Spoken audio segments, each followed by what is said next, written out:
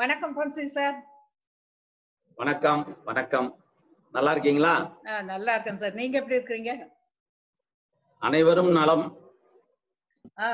Teacher அம்மா எப்படி இருக்காங்க? ரொம்ப நல்லா இருக்காங்க. ரொம்ப சந்தோஷம். பத்திரிகையில இருந்து முன்னேறி வந்த ஒருவர், அதாவது நீங்க வந்து விகடன்ல எடிட்டரா இருந்தீங்க. அப்பதான் நான் உங்களை சந்திச்சேன். சோ இந்த பத்திரிகை துறைக்கு நீங்க வந்து எப்படி வந்தீங்க? உங்களுக்கு அந்த பத்திரிகை அந்த எழுத்து ஆர்வம் இருந்ததா இல்லைன்னா எப்படி வந்தீங்க நீங்க? அதுக்கு முன்னாடி ஆரம்பத்துல ஒரு விஷயம் சொல்ல வேண்டியிருக்குங்க. சொல்லுங்க. பள்ளி கல்லூரி நாட்கள்லயே அதிகமா படிக்கிற வாசிப்பு பழக்கம் நிறைய இருந்தது. மத்தவங்க எழுதுற மாதிரி நம்மளும் எழுதணும்னு ஆசை வந்தது. பள்ளி நாட்கள்ல என்னுடைய குருநாதர் ஆசிரியர் முகமது மைதீன் அவர்கள் நிறைய புத்தகங்களை கொடுத்து படிங்க படிங்க படிங்கன்னு சொல்லுவாரு. கொஞ்சம் நல்லா படம் வரைவேன். அப்புறம் அவர் தான் எழுத்துனா என்ன அப்படிங்கிற விளக்கம் எல்லாம் அந்த ஆசிரியர் தான் எனக்கு சொல்லி கொடுத்தாரு. அதனால பள்ளி நாட்கள்லயே என்னுடைய நண்பர் நடராஜன் அப்புறம் அந்த ஆசிரியர் துணையோட சேர்த்து அறிவு மலர்னு ஒரு கையெழுத்து பிரதி நடத்தணும். 32 பக்கம் வெள்ளை பேப்பர்ல ஊசி நூலால அது நடுவுல தச்சு ஒரு புத்தகமாக்கி அந்த வெள்ளை பேப்பர்ல நாங்களே அட்டைப்படம் எல்லாம் நானே வரைவேன். நானே வரைஞ்சிருவேன். உள்ள யார் யார் எழுதணுமோ அவங்க கையிலேயே கொடுத்து உங்க கையெழுத்துலயே இது எழுதுங்க அப்படின்னு சொல்லி ஒரு பக்கம் எழுதுங்க 2 பக்கம் எழுதுங்கன்னு சொல்லிட்டு அதுல கதை கட்டுரை ஜோக் எல்லாமே வரும். இந்த விஷயத்தை எங்களுக்கு பழக்கப்படுத்தி கொடுத்தது என் குருநாதர் முகமது மைதீன் ஆசிரியர். இது வந்து 7ஆம் வகுப்பு 8ஆம் வகுப்பு படிக்கும்போது. அதன் பிறகு கல்லூரிக்கு போகும்போது அந்த ஒரு துருதுருப்பு அந்த இளைஞர்களுக்கு அந்த வேகத்துக்கு உண்டான துருதுருப்புல கவிதை எழுதணும்னு ஒரு ஆர்வம். ஏன்னா நான் கல்லூரி சேர்ந்த நாட்கள் வந்து 1976 77 78 அந்த நாட்களில் யாரை பார்த்தாலும் நான் கவிதை எழுதுறேன், நான் கவிதை பாடுறேன் அப்படின்னு வரும். சினிமாக்கள்ல பார்த்தோன்னா கவிதை சொல்ற ஆள் கேரக்டர் ஒரு தனியா இருக்கும். அந்த மாதிரி கவிதை சொல்றேன்னு பல காமெடிகள் நடக்கும். கல்லூரியில யாரை பார்த்தாலும் நோட்ல கவிதை எழுத பழகுவாங்க. முக்கியமான கவிதை என்னன்னா காதல் கவிதைகள் தான். தனக்கு பிடிச்ச பெண்ணை வந்து வர்ணிச்சு கவிதை எழுதுறதுதான். அந்த மாதிரி வந்துகிட்டு இருக்க நேரத்துல எல்லா பையங்களோட சேர்ந்து நானும் அந்த பழக்கம் இருந்தது. சொந்த ஊரு தேனி மாவட்டம் வடவேரநாயக்கன்பட்டிங்கிற ஒரு கிராமம், விவசாய கிராமம். நாங்களும் விவசாய குடும்பம் தான். அப்பா மிலிட்டரியில இருந்தாரு. அதனால எனக்கும் உள்ளுணர்வு வந்து மிலிட்டரியில சேரணும்னு ஆசைதான். நான் 7ஆம் வகுப்பு படிக்கும்போது எங்க டீச்சர் கோப்மா டீச்சர்னு சொல்லுவாங்க. அவங்க வந்து என்கிட்ட கேள்வி கேட்டாங்க. பெரியவனான பிறகு என்னவாக விரும்புறேன்னு கேட்பாங்க. அந்த நேரத்துல நான் மிலிட்டரிக்கு போவேன், இல்லைன்னா விவசாயம் பார்ப்பேன் அப்படின்னு. அது நாளாக நாளாக அனுபவம் வர வர வெளி சூழ்நிலைக்கு லட்சியங்கள் மாறும் போல் இருக்கு. அப்புறம் மிலிட்டரி போகணும்னு நினைச்சவன் காலேஜ் போன பிறகு நான் எழுத்தாளர் ஆகணும்னு ஒரு ஆசை வந்தது. அப்புறம் இன்ஜினியரிங் படிக்கும்போது நான் பெரிய இன்ஜினியரா ஆகணும்னு ஆசை வந்தது. இப்படி ஒவ்வொரு வளர்ப்பு சூழ்நிலை, கால சூழ்நிலை, நம்மளை சுற்றி உள்ள விஷயங்கள் இதெல்லாம் சேர்த்து நம்மளை எதை நோக்கி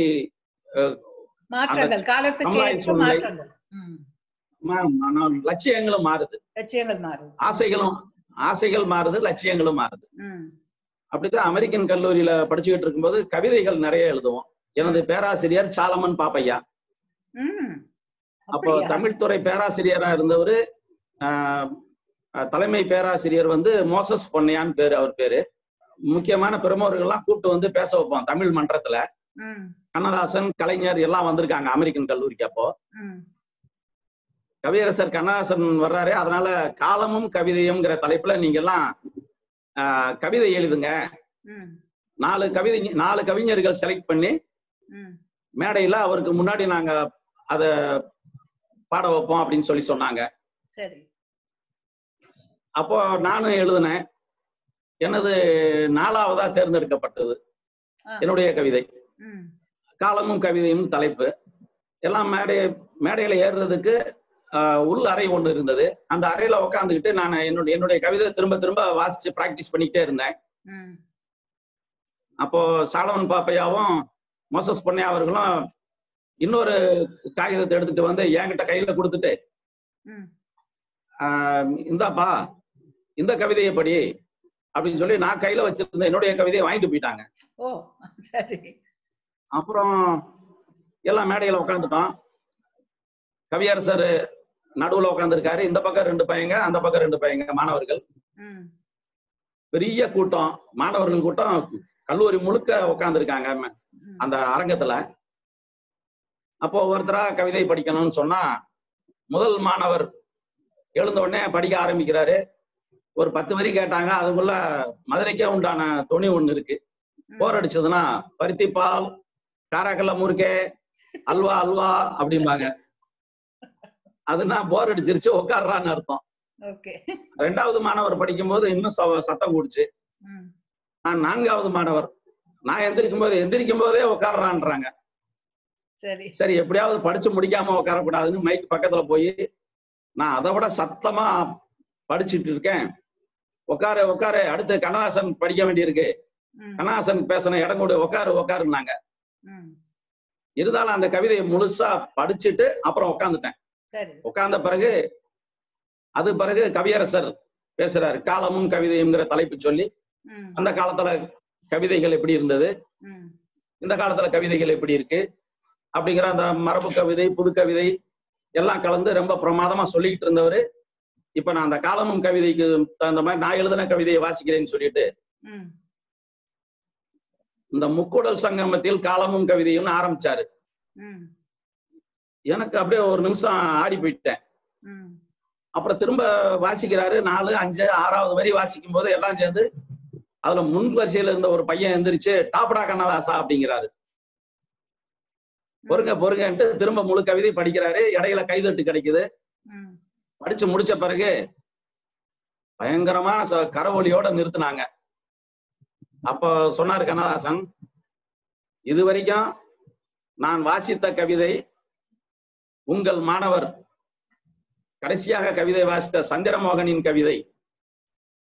அந்த கடைசி மாணவர் சந்திரமோகன் வாசித்த கவிதை என்னுடைய கவிதை அப்படின்னாரு.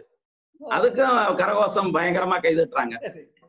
அப்ப சொன்னார், யார் வாயிலிருந்து கவிதை வருது அப்படின்னு பாக்காதீங்க, கவிதையின் பொருள் உணர்ந்து கைதட்டுங்க.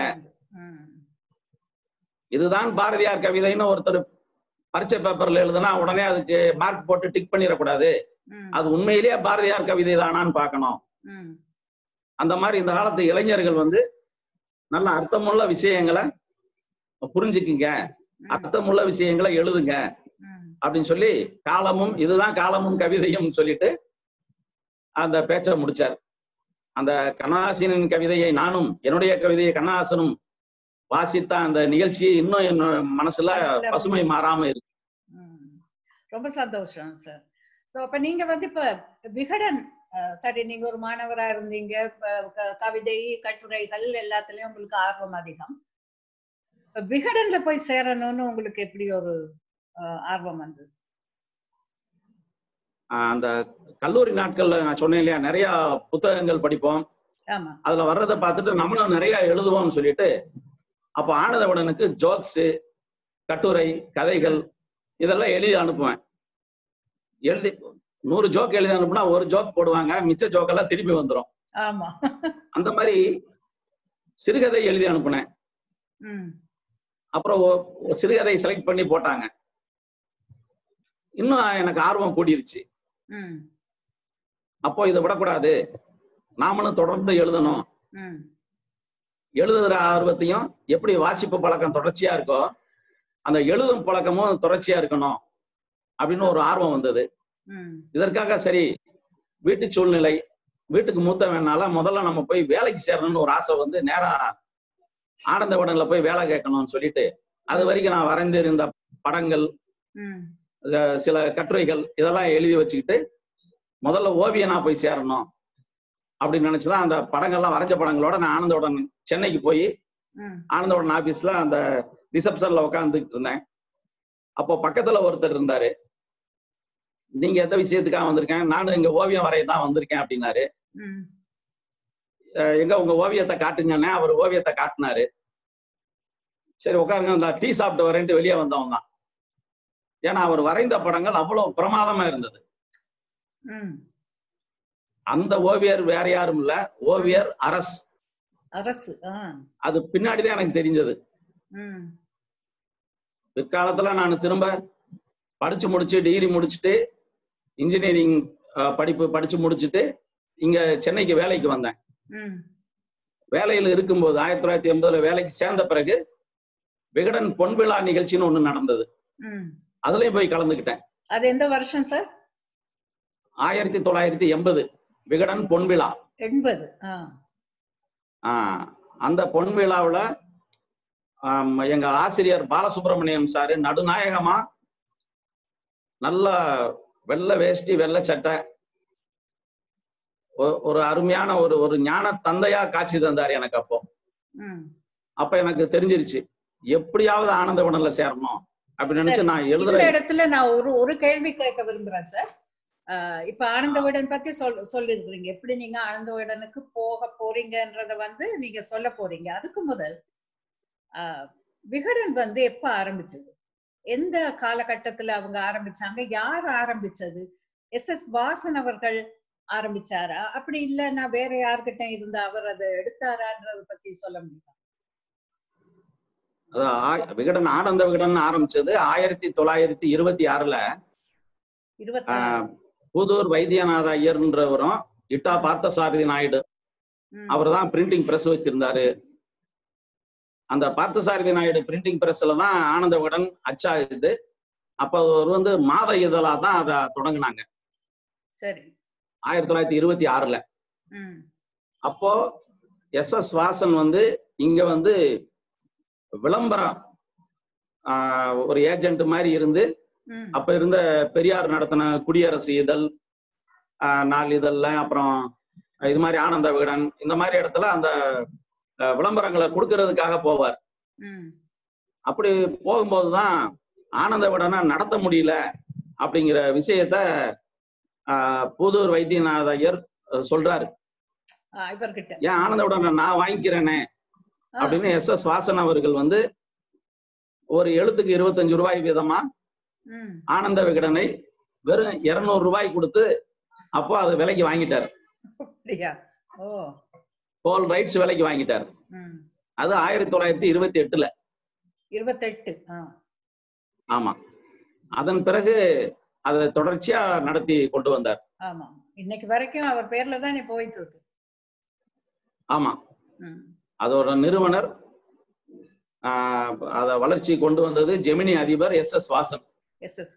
ஆமா, அவர் தான் ஒரே சமயத்துல சந்திரலேகா போன்ற பெரிய பிரம்மாண்ட படங்கள் எல்லாம் தயாரிச்சவர். ஜெமினி உரிமையாளர். இந்த சந்திரலேகா ஔவையார் படம் பார்க்கும் போதெல்லாம் எஸ் வாசன் பத்தி நான் நிறைய தெரிஞ்சுக்கணும்னு ஆசைப்பட்டேன்.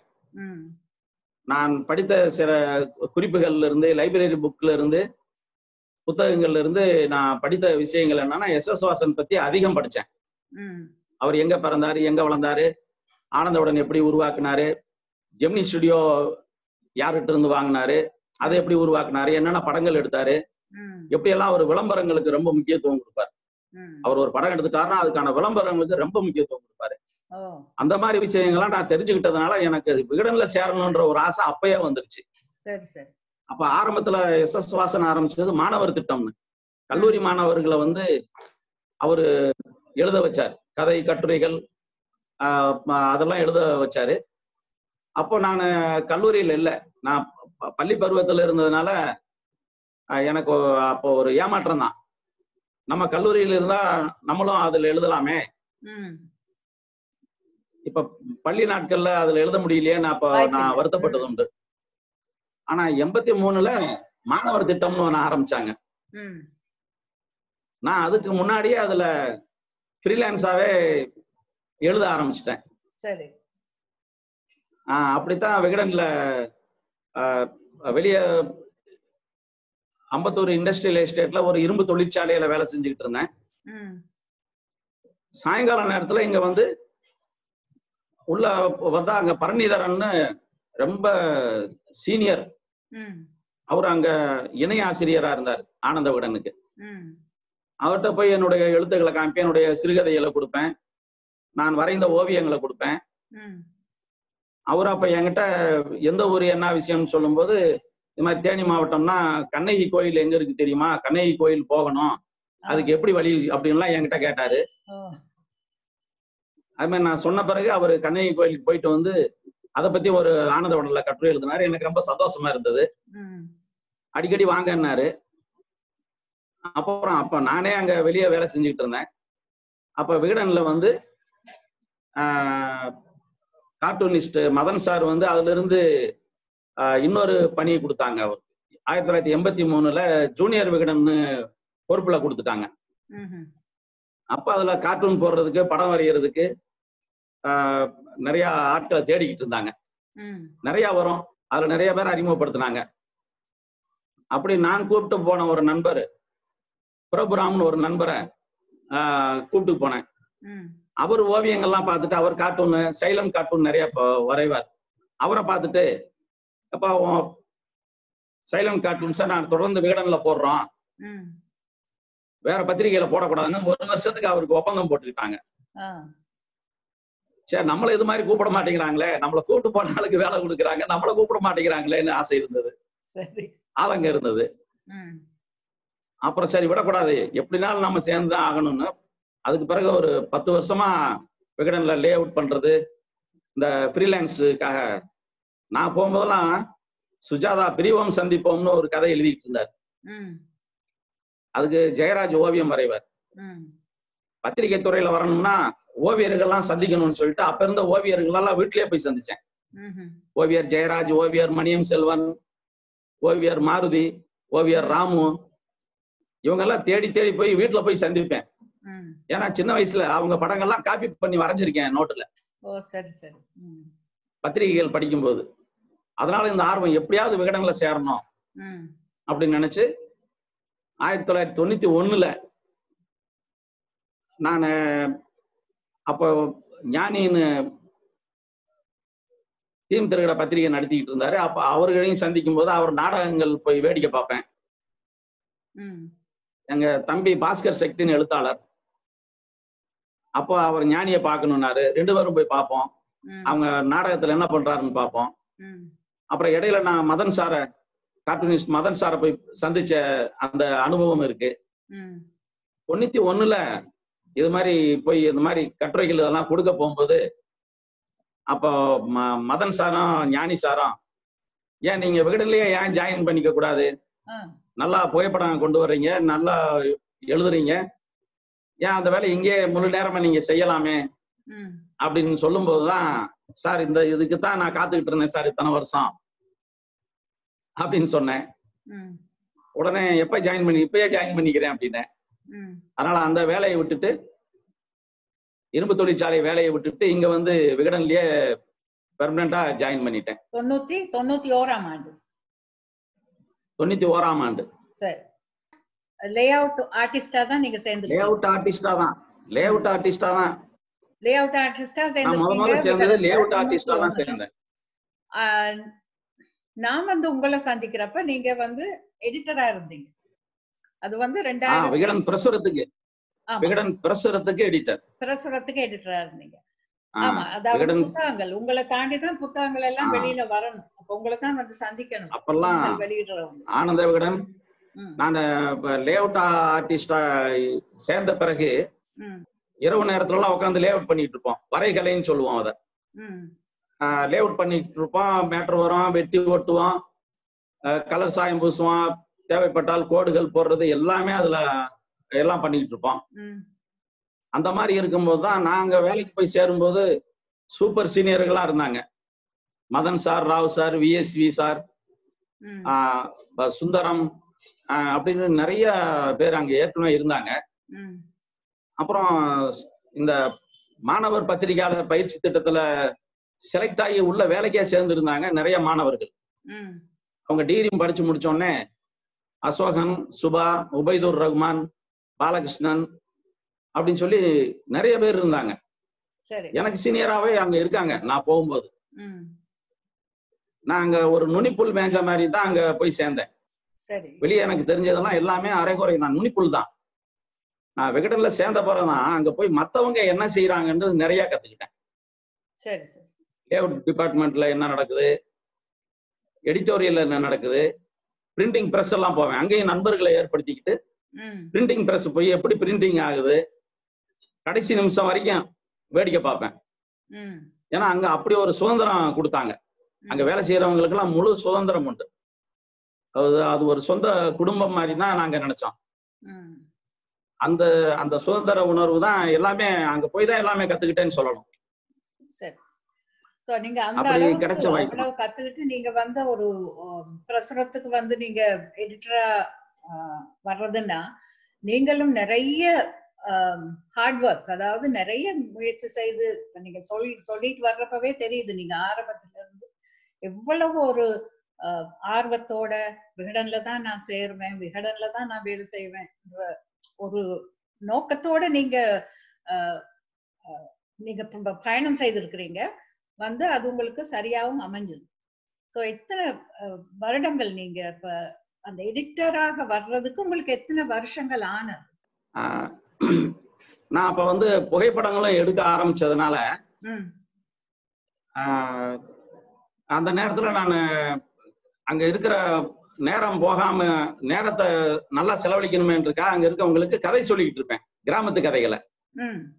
வருஷ நாட்டு மலையில கொசு கடிக்காது, அங்க இருக்கிற ஒரு சித்தன் கொசு வாயை கட்டிட்டான், கொசு வாயை கட்டிட்டதுனால அது கடிக்காது அப்படின்னு சொல்லிட்டு இருப்பேன்.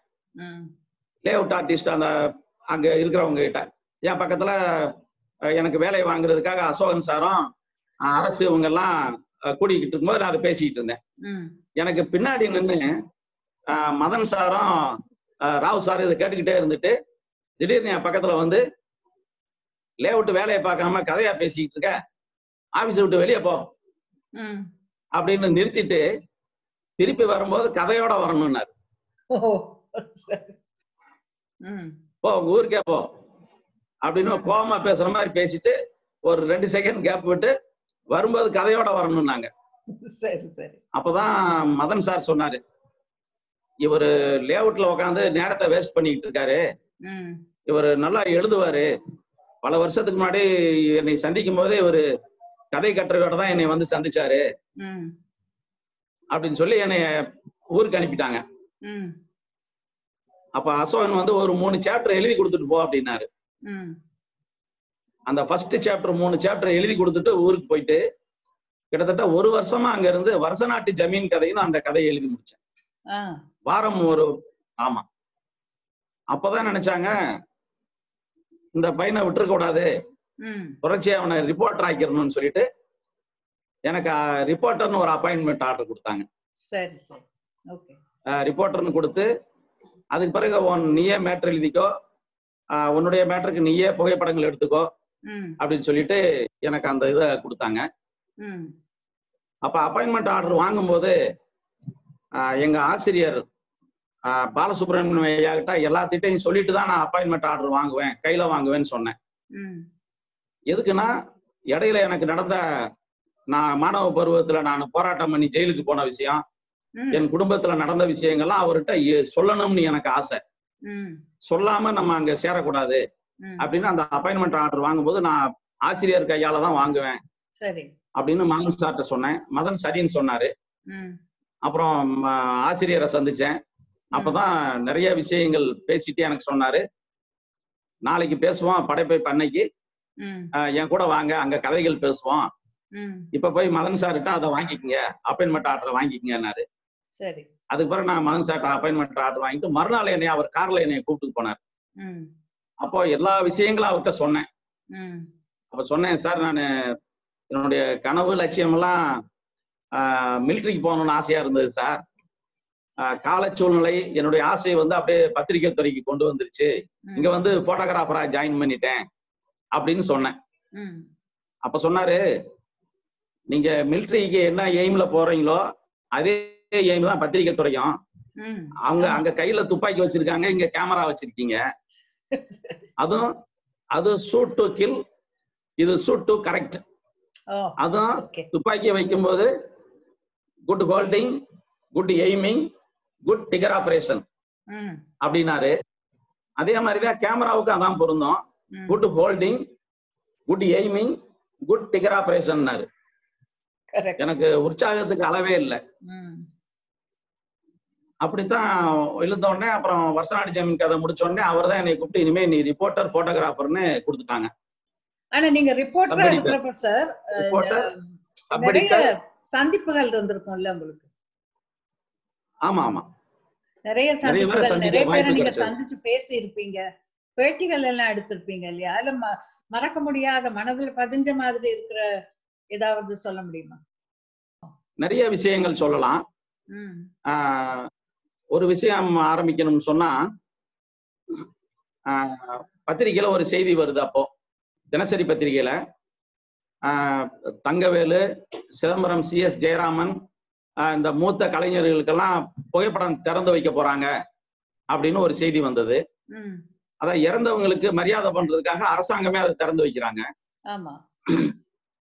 அப்போ எங்க ஜூனியர் வீடன் ரிப்போர்ட்டர் தனிகை தம்பின்னு சிதம்பரத்துல இருந்து போன் பண்றாரு. சிதம்பரம் CS ஜெயராமன் வந்து இன்னும் இறக்கல, அவர் உயிரோட தான் இருக்காரு அப்படின்னாங்க. பிரபலமான ஒரு பாடகர், எப்பயுமே கையில 4 மோதிரம் வச்சு போட்டிருப்பாரு, 2 கார் இருக்கும், அந்த பெரிய வீடு, 2 வாசல், எந்த வாசல் பக்கம் போறாரோ அங்க கார் காத்துக்கிட்டு இருக்கோம். அப்படி ஒரு புகழ்பெற்ற ஒரு பாடகர். அவரோட பாட்டுனா அது மாதிரி பாடி பழகுனவங்க நிறைய பேர் இருக்காங்க. அவர் மாதிரி பாடுவேன். சிவாஜி கணேசனுக்கு முதல்ல பாடினாரு அவர். அவருடைய முதல்ல பாடினாரு. பாடல் எல்லாம் மறக்க முடியுமா? பாட்டுகள், காக்கா பாட்டு, அதெல்லாம் அவ்வளவு பிரமாதமான பாடகர். அவரு உயிரோடு இருக்கிறது நிறைய பேருக்கு தெரியாது, எனக்கும் தெரியாது. அப்போ உடனே நான் எங்க ஆசிரியர் பாலசுப்ரமணியன் சார், இது மாதிரி பாடகர் CS ஜெயராமன் படத்திர போலாம் நடத்த போறாங்களாம், அவர் இறந்துட்டாதா சொல்றாங்க, அப்படி சொல்றாங்க சார், ஆனா உயிரோட தான் இருக்காராம் அப்படின்னு. உயிரோடு இருக்காராம்? அப்ப அவர் என்ன மேட்ரு என்னன்னு பார்த்து விசாரிச்சு எழுதுங்கன்ட்டாரு. அப்ப நான் உடனே எனக்கு தகவல் சொன்ன அந்த தனிகை தம்பி சாரை கூப்பிட்டு, சார் நீங்க உடனே சென்னைக்கு வாங்க, அவர் எங்க இருக்காருன்னு அட்ரஸ் கலெக்ட் பண்ணிட்டு வாங்க, நம்ம அவரை போய் பார்த்துருவோம் அப்படின்னு. கடைசியில இவர் வந்தவர் சொன்னாரு, வில்லிவாக்கம்னு ஒரு அட்ரஸ், வில்லிவாக்கத்துல ஒரு அட்ரஸ். நாங்க தேடி போனோம். அது 6, 7 சந்து 8 சந்தெல்லாம் போய் 9வது சந்துல ஒரு இடுக்குல உள்ள போறோம். ஏதோ ஒரு நம்பர் இருந்தது. அந்த நம்பர் மட்டும் இல்லாம அடுத்தடுத்த நம்பர் இருந்தது. அந்த நம்பர் எழுதுனது தூண் சாஞ்சியா கூட கிடந்தது. அந்த வீட்டு நம்பர் எழுதுன தூண் சாஞ்சி கிடந்தது. அப்புறம் பக்கத்து வீட்டுல எல்லாம் விசாரிச்சா பக்கத்து வீட்டுக்காரங்களுக்கே யாருன்னு தெரியல. அப்புறம் நம்ம தைரியமா அந்த வீட்லயே கேட்டுருவோமேன்னு சொல்லிட்டு ஐயா ஐயான்னு கத்துனா உள்ள இருந்து ஒரு பெண்மணி வந்தாங்க. அம்மா அது சிதம்பரம் CS ஜெயராமன் வீடா அப்படின்னு கேட்டோம். அவங்க ஆமா, நீங்க யாருன்னு கேட்டாங்க. நாங்க ஆனந்தவுடன்ல இருந்து வந்திருக்கோம், ஐயாவை பார்க்க வந்திருக்கோம் சொன்னோடனே, உள்ள வாங்க, உட்காருங்க, இந்த தேநீர் கொடுங்க அப்படின்னு சொன்னாங்க. நாங்க உட்காந்து சும்மா அப்படி திரும்பி பார்த்தோம். ஒரு கைத்து கட்டில்னு சொல்லுவோம் இல்லையா, கட்டில்ல அது ஒரு ஹாலு, ஒரு பெட்ரூம், ஒரு சின்ன கிச்சன், அதான் வீடு. திரும்பி பார்த்தா ஒரு கைத்து கட்டில்ல கட்டிலோட கட்டிலா போர்வையோட போர்வையா ஒரு உருவம் படுத்து கிடந்தது. பக்கத்துல அந்த அம்மா போய் அப்பா அப்பா அப்படின்னு எழுப்புனா போர்வை மட்டும் மெல்ல விலகுனது. எலும்பும் தோளுமா ஒரு மனிதர். நான் உடனே பக்கத்துல போய் பார்த்தேன், எனக்கு அடையாளமே தெரியல. எங்க இருந்து வர்றீங்கன்னு மெல்ல சன்னமான குரல்ல கேட்டாரு. யாருன்னு கேட்டாரு. நாங்க ஆனந்த விகடன் SS வாசன் ஆனந்த விகடன் நிறுவனத்துல இருந்து வர்றோம் அப்படின்னு 2 கையை நீட்டினாரு. அப்படியே அந்த கையை நானும் பிடிச்ச உடனே அப்படியே தூக்கி நிறுத்திட்டேன். உட்காருங்கன்னு சொல்லி என்னை பக்கத்துலயே உட்கார வச்சுக்கிட்டாரு. அவர் என்னை கேட்ட முதல் கேள்வி, உனக்கு எவ்வளவு சம்பளம் அப்படின்னு தான் கேட்டாரு. அதுல இருந்து நானா தெரிஞ்சுக்கிட்டேன், எவ்வளவு புகழ் வாய்ந்தவர், எவ்வளவு வாழ்க்கையில சம்பாதிச்சிருப்பாரு. சொந்தமா வீடு, சொந்தமா காரு அதெல்லாம் வச்சிருந்தவர் இப்ப ஒரு சாதாரண ஒரு கைத்து கட்டுல படுத்து கிடக்கிறாரே அப்படின்னு சொல்லிட்டு அப்புறம் அவங்க பேரன் பேத்தி எல்லாம் பக்கத்துல வச்சுக்கிட்டு ஒரு புகைப்படம் எடுத்துக்கிட்டேன். அப்ப அவர் சொன்னாரு, காசு மேல கண்ணு வைப்பா, சம்பாதிக்கிறதெல்லாம் செலவழிச்சிடாத, வாழ்க்கையில மிச்சம் வச்சு பழகு, ஆரியங்காவும் தாண்டவனாலும் தாண்டவ கோனே, காசு பண பெட்டி மேல கண்ணு வைடா தாண்டவ கோனேன்னு பாடி காட்டினார். அவரே பாடின பாட்டு, அர்த்தமுள்ள பாடல். இந்த அளவுக்கு அவருடைய பாடல்கள் எல்லாமே சார் ரொம்ப தத்துவமான பாடல்கள் நிறைய பாடி இருக்காரு. ஆமா, அந்த பெண்மணி எங்களை வரவேற்று உட்கார அமர வச்சு எங்களுக்கு டீ கொடுத்தாங்களே, அந்த பெண்மணி வேற யாரும் இல்ல, கலைஞரோட மருமகள், மூகா முத்துவோட, கலைஞர் கருணாநிதியோட மருமகள், கலைஞர் கருணாநிதியோட மருமகள். அவங்க வந்துதான் மூகா முத்துவோட சம்ஸ்தானம். சிதம்பரம் CS ஜெயராமனோட சகோதரியை தான் சரி கலைஞர் கல்யாணம் பண்ணியிருந்தார். ஓ சரி சரி. பத்மாவதினா அவங்க இறந்த பிறகுதான் தயாளு அம்மாளை கல்யாணம் பண்ணியிருந்தார். சரி சரி. அப்புறம் அதுக்கு பிறகு நாங்க சிதம்பரம் CS ஜெயராமன் உயிரோடு இருக்கார் அப்படின்னு ஒரு புகைப்படத்தை போட்டு ஆனந்த விகடன்ல அது எழுதின பிறகு அவரோட முகவரி கேட்டு நிறைய கடிதங்கள், போன் வந்துருச்சு. அதுக்கு பிறகு அந்த குடும்பத்துக்கு உதவிகள் பண்ண ஆரம்பிச்சிட்டாங்க நிறைய பேர். நல்ல விஷயம். முக்கியமான சினிமா பிரமுகர்கள் எல்லாம் அவரை தேடி போக ஆரம்பிச்சிட்டாங்க. அவர் உயிரோடு இருக்கிற விஷயமே ஆனந்த விகடன்ல வந்ததுனாலதான். இது மாதிரி ஒரு அனுபவம் எனக்கு மிகப்பெரிய அனுபவம். சொல்றத கேட்டா எனக்கு ரொம்ப ஆச்சரியமா இருக்கு சார். இந்த விஷயம் அவர் எவ்வளவு ஒரு அருமையான பாடகர். இன்னைக்கு கூட அவருடைய அந்த குரலை அதே மாதிரி பாடுறதுக்கு யாரும் இல்லைன்னு தான் சொல்லணும். அதே மாதிரி இந்த இடத்துல ஒரு விஷயத்த நான் சொல்லிக்க விரும்புறேன். என்னுடைய அண்ணா மூத்தவர் குடும்பத்துல CS ஜெயராமன் மாதிரி பாடுவார். அதான் அந்த CS ஜெயராமன் நீங்க சொன்ன உடனே எனக்கு அந்த கதையை கேட்கறதுக்கு ரொம்ப ஆர்வமாவும் இருந்தது. என்னன்னா அவருடைய அந்த குரல் ஒரு வித்தியாசமான குரல். ஆமா இல்லையா? அந்த மாதிரி குரல் அபூர்வமா தான் யாருக்கும் அமையும். ஆனா அதே போன்ற குரல் நாங்க பார்க்கவே முடியாது. அவருடைய குரல் தான் இல்லையா? ஆமா, இப்பவும் கேட்கலாம். சில தத்துவ பாடல்கள்லாம் அவர் பாடும்போது நம்ம தலைக்கு மேல இருந்து ஒருத்தர் நம்மளை வழி நடத்துறாரு அப்படின்ற மாதிரி அவருடைய குரல் இருக்கும். இதெல்லாம் நான் அந்த நேரத்துல நினைச்சு பார்த்தேன். இதே மாதிரி எனக்கு ரிப்போர்ட்டரா போடும்போது ஜூனியர் விகடன்ல ரிப்போர்ட்டர் அப்படின்னு தான் எனக்கு கொடுத்தாங்க. அப்போ சமூக மக்கள், சமூகம் சார்ந்த பிரச்சனைகள் எழுதுறது, அந்த மாதிரி விஷயங்களுக்கு போனேன். இப்ப உதாரணத்துக்கு ஒரு நிதி நிறுவனம் மக்களுக்கு காசு திருப்பி கொடுக்காம ஏமாத்திட்டாங்க. அந்த நிதி நிறுவனத்தை போய் நம்ம அவங்க கிட்ட பேசி ஏன் கொடுக்க முடியல, உங்களுக்கு என்ன பிரச்சனை, மக்களுக்கு ஏன் இப்படி ஏமாத்துறீங்கன்னு கேள்வி கேட்கறதுக்காக அந்த நிதி நிறுவனத்துக்குள்ள நுழைஞ்சேன். கையில கேமராவோட போகும்போது அங்க ஊழியர்கள் என்னை அடிச்சு சட்டையெல்லாம் கிழிச்சு கேமராவை உடைச்சிட்டாங்க. என்னால தொடர்ந்து அங்க செயல்படுத்த முடியல. அங்க போலீஸ்காரங்க யாரும் இல்ல. மக்கள் எனக்கு என்னதான் சப்போர்ட்டா இருந்தாலும் எல்லாத்தையும் வெளியே தள்ளி கேட்டை பூட்டிட்டாங்க. நான் உடஞ்ச கேமராவோட கிழிஞ்ச சட்டையோட விகடன் அலுவலகம் ஆசிரியர்கிட்ட நின்னேன். எங்க MD பாலசுப்ரமணியம் சார்ட்ட நின்னேன். அப்ப அவரு என்னாச்சுன்னு கேட்டாரு. இது மாதிரி நடந்த விஷயத்த சொன்னேன்.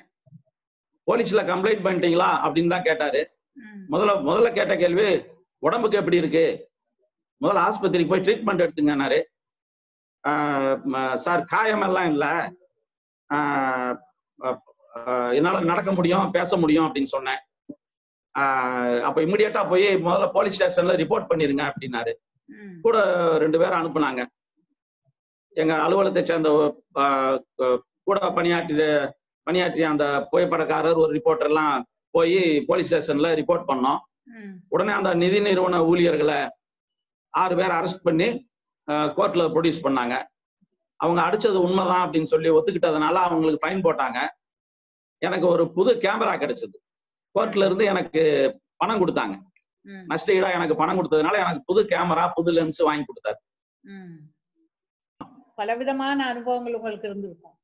சோ ஆமா விகடன்ல வந்து உங்களை சந்திச்ச அனுபவம் எனக்கு இருக்கு. அது வந்து 2008ன்னு நினைக்கிறேன். ஆமா ஆமா 2008 2008ல வந்து 2004ல சொல்லுங்க சார். 2004ல நான் விகடன் பிரசுரத்துக்கு என்னைய பொறுப்பாசிரியரா போட்டுட்டாங்க. ஆமா. சோ நான் வந்து ஒரு கேக் நூல் ஒண்ணு எழுதி எல்லாம் தயாரா வச்சிருந்தேன். அப்போ வந்து என்னுடைய இவங்க குமுதத்துல அப்ப இருந்தாங்க லோகநாயகி ராமச்சந்திரன். அவங்க வந்து என்னுடைய நல்ல ஒரு சிநேகிதி. அவங்க இப்பயும் சிநேகிதி தான், சிநேகிதி எடிட்டர். சோ அவங்க வந்து அவங்க கூட நான் பேசிட்டு இருந்தப்ப குமுதத்துக்கு சில சமையல் செய்முறைகள், கேக் செய்முறைகள் எல்லாம் நான் செய்துட்டு இருந்தேன். அப்ப வந்து அவங்க சொன்னாங்க, அவங்க கிட்ட அந்த புத்தகத்தை பத்தி நான் சொன்னேன். அவங்க சொன்னாங்க, குமுதம் வந்து புத்தகம் வந்து வெளியிடுறது இல்ல, நீங்க விகடன்ல போங்க, விகடனுக்கு போங்க, விகடன்ல பொன்சின்னு ஒருத்தர் இருக்காரு, அவரை போய் நீங்க பாருங்கன்னு சொன்னாங்க. அப்பதான் நானும் என்னுடைய கணவரும் வந்து உங்களை சந்திச்சோம் 2008ல. அப்ப சந்திச்சு புத்தகத்தை உங்க கையில எழுதி இருந்ததை கொடுத்த உடனே நீங்க எல்லாத்தையும் ஒரு தடவை பார்த்துட்டு நீங்க அப்புறம் வாங்க இந்த மாதிரி நீங்க சொல்லி அனுப்புனீங்க. உங்களுக்கு ஞாபகம் இருக்கா அந்த சந்தர்ப்பம்? நல்லா ஞாபகம் இருக்கு. ஏன்னா கேக் புக்குங்கிறது, கேக் புத்தகம், கேக் பற்றிய செய்முறை புத்தகம்ங்கிறது தமிழ்நாட்டுல அது வரைக்கும் யாரும் போடல. ஆமா. ரெண்டாவது அது நம்ம தமிழ்நாட்டு கலாச்சாரம் இல்ல. பொங்கல் பண்ற மாதிரி, சாம்பார் வைக்கிற மாதிரி, புளியோதரை பண்ற மாதிரி சமாச்சாரம் அது கிடையாது. அதனால அது புத்தகமா போட்டா விக்குமா விக்காதா அப்படின்னு எனக்கு தெரியாது. அந்த நேரத்துல ஜட்ஜ் பண்ணல. அதனால நீங்க கொடுத்துட்டு போவாங்க, அப்புறம் வாங்க நான் பதில் சொல்றேன்னு உங்களை அனுப்பிட்டேன். அப்புறம் நான் அதை வந்து விசாரிக்க ஆரம்பிச்சேன். இது மாதிரி கேக் ஒரு புக்கு போட்டா ஓடுமா ஓடாதா, வாங்குவாங்களா வாங்க மாட்டாங்களா அப்படிங்கும் போது நீங்க சொன்ன விளக்கம் எனக்கு பிடிச்சிருந்தது. எதுவுமே ஆரம்பம் வந்து மக்கள்கிட்ட பழக்கிறது கஷ்டமா தான் இருக்கும். அதை படிச்சு பார்த்துட்டு நாமளும் இது மாதிரி செய்முறை செஞ்சு பழகலாமேன்னு ஆரம்பிச்சாங்கன்னா இது ஒரு பிசினஸா கூட நிறைய பேர் செய்யறதுக்கு வாய்ப்பு இருக்கு. இது ஒரு பிசினஸ் ஆக்டிவிட்டியா கூட இதை வச்சுக்கலாம். இது அன்றாட டெய்லி கேக் சாப்பிட்றவங்க, டெய்லி கேக் வீட்டுல செஞ்சு சாப்பிட்றவங்க கிடையாதுனாலும் இது ஒரு பிசினஸ் ஆங்கிள் இதை கத்துக்கிட்டாங்கன்னா நிறைய பேரு இந்த தொழிலையே வந்துருவாங்கன்னு சொல்லி நீங்க ஒரு வார்த்தை சொல்லியிருந்தீங்க. நான் அதையும் வச்சு பல பதிப்பாளர், பல இந்த புக் செல்லர்கிட்ட நான் கேட்டேன், இது மாதிரி புக்கு போட்டா ஓடுமா அப்படின்னா. எப்பயுமே ஒரு புத்தகம் போட்டா உடனே சரின்னு சொல்லிட மாட்டேன். அதை வந்து விசாரிச்சு இது விக்குமா விக்காதா, இது மக்களுக்கு பிரயோஜனமா இருக்குமா இருக்காதா அப்படிங்கிற விஷயத்த நான் எங்க எம்டி கிட்ட கன்சல்ட் பண்ணிட்டு விற்பனையாளர்கிட்டையும் கன்சல்ட் பண்ணி அதுக்கு பிறகுதான் அது ஓகே சொல்லி அது போடுறதுக்கான முடிவை மேலிடத்துல இருந்து அனுமதி வாங்குவேன். அதனால உங்க புத்தகம் அனுமதி வாங்குறதுக்கு எனக்கு 1 மாதம் பிடித்தது. அதுக்கு பிறகு அதோட சேல்ஸ், அதுக்கு பிறகு அந்த புத்தகம் வித்தது, அதுக்கு பிறகு அதுல கிடைச்ச ராயல்டி, உங்களுக்கு வந்த ராயல்டி பத்தி எல்லாம் அதுக்கு பிறகு நீங்களும் தெரிஞ்சிருப்பீங்க, நானும் தெரிஞ்சுக்கிட்டேன். ஆமா ஆமா ஆமா. அப்புறம் இந்த மறுபதிப்பும் போட்டாங்கல்ல, 2 தடவை மறுபதிப்பு வந்தது, நிறைய பாராட்டு கிடைச்சது அந்த புத்தகத்துக்கு. ஓ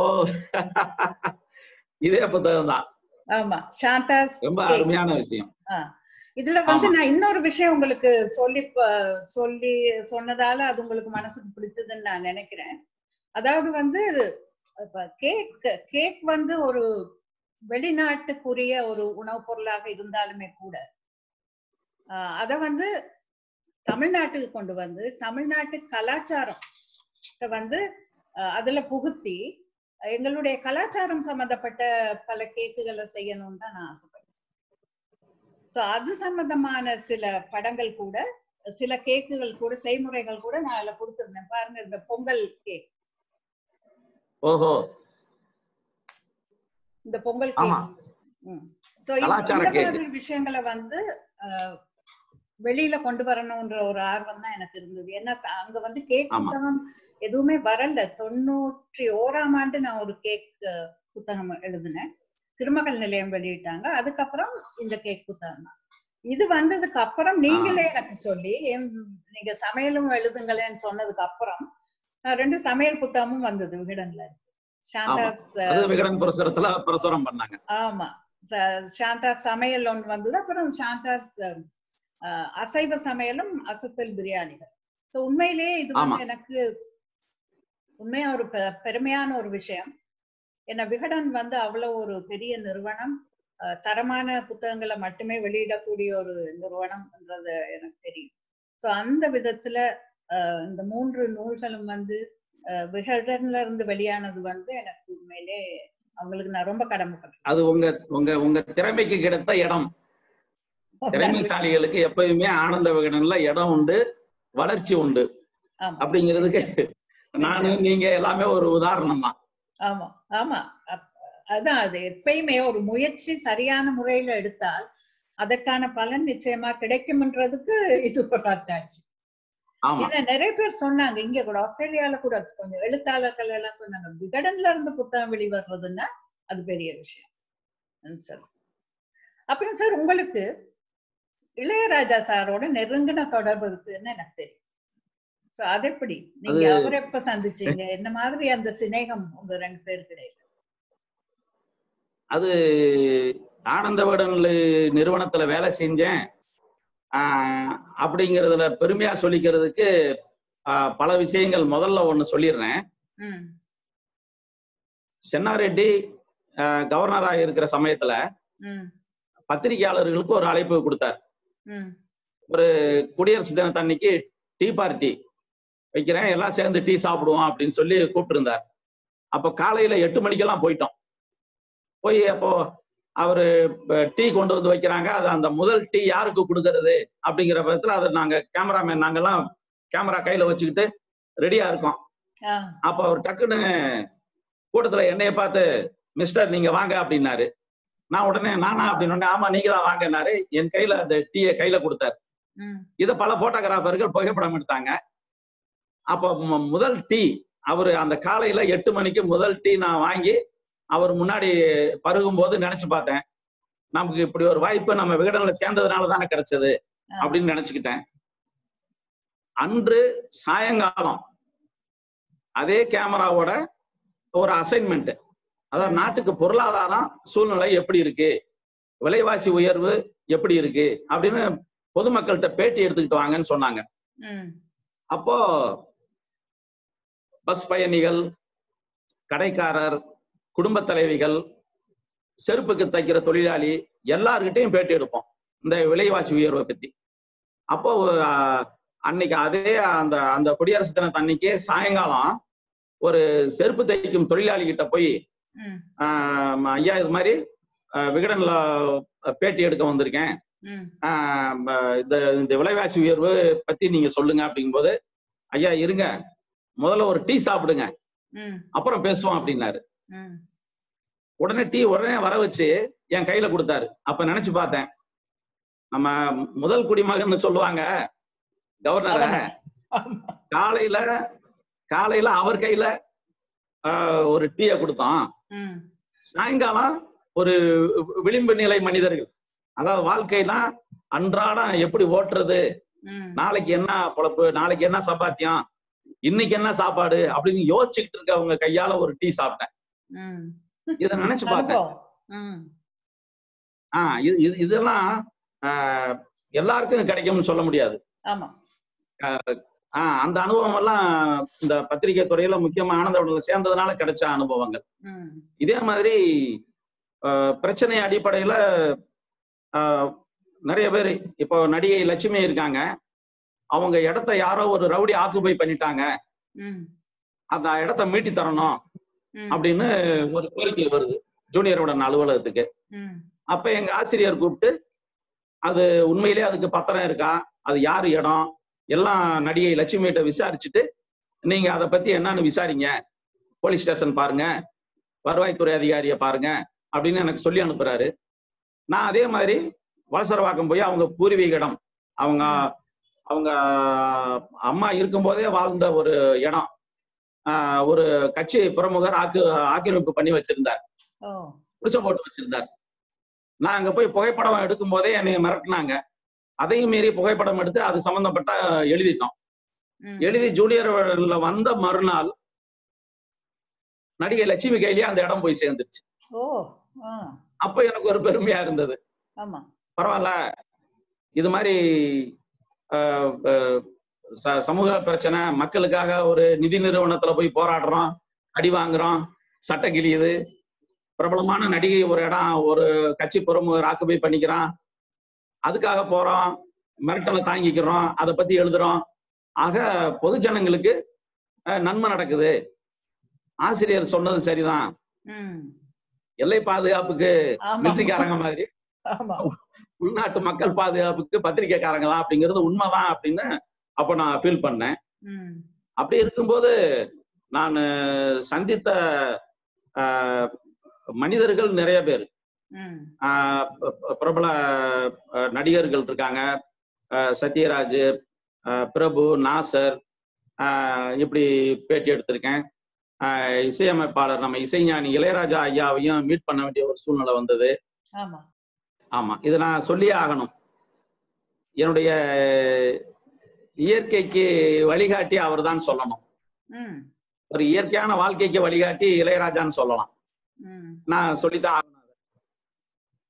அவர் நான் சின்ன வயசுல இருக்கும்போதே, சின்ன வயசுனா கல்லூரி நாட்கள்ல அன்னைக்கிளி பாடல்கள் தான் ஃபர்ஸ்ட் என் காதுல ஒலிச்சது. அப்போ எங்க ஊர்ல அந்த பாட்டு இசைத்தட்டா தான் இருந்தது. அப்ப கேசட்டோ சிடியோ பென்ட்ரைவ் அந்த இல்லாத காலம். வல்கனைட் ரெக்கார்ட்னு சொல்லுவாங்க. அதுல பார்த்தா ரெக்கார்ட் அந்த தட்டு அது அது கையில பிடிச்சு, அது கையில தொட விட மாட்டாங்க. அந்த சவுண்ட் சர்வீஸ்காரங்க கையிலேயே நம்ம கையில கொடுக்க மாட்டாங்க. அந்த இதை தொட்டு பார்க்கணும்னு கூட ஆசைப்பட்டேன். ஏன்னா அவரோட இசை அதுல இருக்குங்கிறதுனால அதை தொட்டு பார்த்தேன். மேல அன்னைக்கிளின்னு எழுதி இருக்கும். பாட்டு வர வரி எழுதுனாங்க, கீழே அன்னைக்கிளியே உடை தேடுதே அப்படின்னு வரி இருக்கு. அதை பார்த்துட்டு ஆஹா, இளையராஜாவை பார்த்த சந்தோஷம் இருக்கு அப்படின்னு நினைச்சு பழையபடி அதே இடத்துல மெதுவா அப்படியே ஒரு பூ வைக்கிற மாதிரி வச்சுட்டு வந்துட்டேன். அப்புறம் என்னுடைய உறவினர்கள், நண்பர்கள், எங்க கிராமத்தில் இருக்கவங்க இதே மாதிரி இளையராஜா மேல பைத்தியமா இருப்பாங்க. அவர் பாட்டை பாடுறது, அப்புறம் அவர் கேசட் வந்தா அந்த கேசட் வாங்குறது. அந்த கேசட்டை தொடும்போது கூட இப்படி மொத்தமா தொட மாட்டாங்க, 2 விரல்ல தொட்டு மிட்டாய் அப்படிம்பாங்க. அந்த டேப் ரெக்கார்டர் போடுற கேசட்டை, இளையராஜா கேசட் வாங்கிட்டு வந்துட்டோம்ல, மிட்டாய் மாதிரி இருக்கு பாரு அப்படிம்பாங்க. அது மிட்டாய்னு சொல்லுவாங்க எங்க கிராமத்துல. முக்கியமா எங்க தம்பி அதே வடவீரநாயக்கம்பட்டி கிராமம், வடபுதுப்பட்டி கிராமம். கேசட் காலம் வந்த பிறகு ஊர்ல இருக்கும்போது எங்க தம்பி பாஸ்கர் சக்தி, மனோகரன், எனக்கு ஒரு மாப்பிள்ளை ஒருத்தர் இருக்காரு, அவரு எல்லாம் இது மிட்டாய் மிட்டாய்பாங்க. அதை how to name it, nothing but wind, இதெல்லாம் நாங்க அந்த ஊர்ல போட்டு போட்டு திரும்ப திரும்ப கேட்போம். அர்த்தம் புரியுது, அர்த்தம் புரியலங்கிறது வேற, இசை புரியுது, இசை புரியலங்கிறது வேற. மனசுக்குள்ள நிறையுது, மனசுக்குள்ள நிறைஞ்சு அந்த அந்த இசையில அப்படியே கரைஞ்சிருக்கோம் நாங்க. எப்படா நம்ம இளையராஜாவை பார்க்க முடியும் அப்படின்னு ஏங்கிக்கிட்டு இருந்த காலம். கல்லூரி நாட்கள்லயே அன்னைக்கிளி சக்சஸ்க்கு பிறகு அவங்க கிராமத்துல ஒரு இது நடத்தினாங்க, ஒரு இசை நிகழ்ச்சி நடத்தினாங்க. அப்ப சென்னையில இருந்து எல்லாமே இசை நிகழ்ச்சி நடத்தினவங்க, இசைஞானி இளையராஜா, கங்கை அமரன், அவங்க பிரதர்ஸ் எல்லாமே சேர்ந்து அங்க ஒரு இசை நிகழ்ச்சி நடத்தினாங்க. சுத்தப்பட்ட கிராமத்தில் இருக்கவங்க எல்லாம் வண்டி மாடு கட்டி போய் பார்த்தாங்க. 76, 77, 78 அந்த பீரியட், அது அன்னைக்கிளி வந்த பிறகு. அப்ப நானும் போறேன், கூட்டத்துக்குள்ள உள்ள போய் பக்கத்துல பார்க்க முடியல, ரொம்ப தூரமா இருந்து ஒரு சின்ன புள்ளியாதான் இசைஞானிய பார்த்தேன், பக்கத்துல நெருங்க முடியல. அப்புறம் முடிச்ச பிறகு சென்னை வந்த பிறகு ஆனந்த விகடன்ல சேர்றதுக்கு முன்னாடி நான் சில பேரை போய் பார்க்கணும்னு ஆசைப்பட்டேன் தெரியுமா, அந்த ஓவியர்கள். அந்த மாதிரி பார்க்கும்போது மாமா ஒருத்தர், அவங்க வில்லேஜ், இளையராஜா வில்லேஜ் இருக்கிறவரு,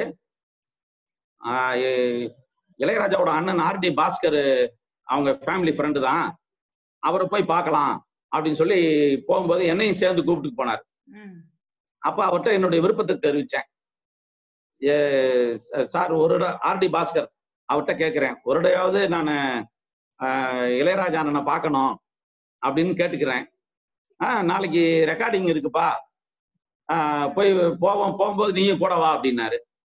சரின்னு இதுக்காகவே காலையில 4 மணிக்கு எந்திரிச்சு குளிச்சுட்டு பிரசாத் ரெக்கார்டிங் ஸ்டுடியோவுக்கு போகணும்னு ஆசைப்பட்டு அப்புறம் மாமா நானும் அவரும் போனோம். அப்போ நான் கையில சில கவிதை புத்தகங்கள் எல்லாம் வச்சிருந்தேன் அவரை பார்த்து கொடுக்கணும்னு சொல்லிட்டு. நான் கைப்பட எழுதுனது அத கையில வச்சிருக்கேன். ரெக்கார்டிங் போயிடுறதுக்கு முன்னாடி ஒரு கண்ணாடி அறைக்குள்ள கண்ணில் பாக்குறேன். அது நான் தானா அப்படின்னே தெரியல. ரெக்கார்டிங் ஓடிக்கிட்டு இருக்கு. தூரத்துல இருந்து தான் பாக்குறேன். கண்ணாடி வழியா அவர் தெரியுறாரு. மலேசியா வாசுதேவன் பாடிக்கிட்டு இருக்காரு. இப்ப அவர்கிட்ட என்ன பேசுறதுன்னு எனக்கு தெரியல. அவரை பார்த்ததுல இருந்து என்னை நானே மறந்துட்டேன். திரும்ப அவரு அந்த ரெக்கார்டிங் முடிஞ்சோடனே பழையபடி எந்திரிச்சு வர்றாரு. பக்கத்துல நாங்களும் போறோம். எனக்கு என்ன பேசுறதுன்னு தெரியல. அவரை கண்ணை பார்த்த உடனே எனக்கு பேச்சு நின்று போச்சு. பேசவே இல்லை. அவரும் அப்படின்ட்டு வணக்கம் சொன்னேன்னு சொல்லிட்டு அப்படியே கிளம்பி போயிட்டாரு. பார்த்தது போதும் மனநிறைவு அப்படின்னு வந்துட்டேன். அப்புறம் விகடன்ல சேர்ந்த பிறகு ஒரு செய்தி எனக்கு கிடைச்சது எங்க கிராமத்துல இருந்து.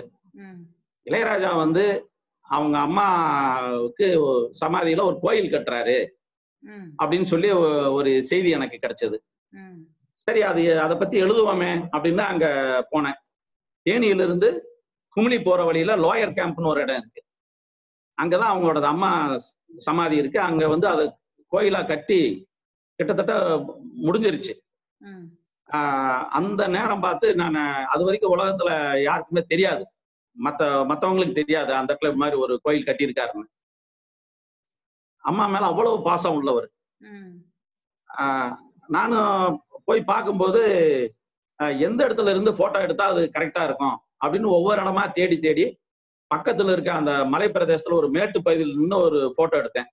கம்ப்ளீட் வைட் ஆங்கிள் போட்டோ எடுத்து முடிச்சுட்டு விகடன் அலுவலகம் வந்து அன்னைக்கு ஒரு கோயிலுங்கிற தலைப்பு போட்டு எழுதி கொடுத்துட்டேன். உடனே அது லே அவுட் பண்ணி பார்த்தா அது கவர் ஸ்டோரி அட்டைப்படம் போட்டிருந்தாங்க. அதுல நடுவுல வந்து இளையராஜா வந்து அவங்க அம்மாவோட பேசிக்கிட்டு இருக்க மாதிரி ஒரு புகைப்படமும் போட்டுட்டாங்க. அது அலுவலகத்துல இருந்த கோப்பு படம் போட்டோ. எனக்கு ரொம்ப சந்தோஷமா இருந்தது.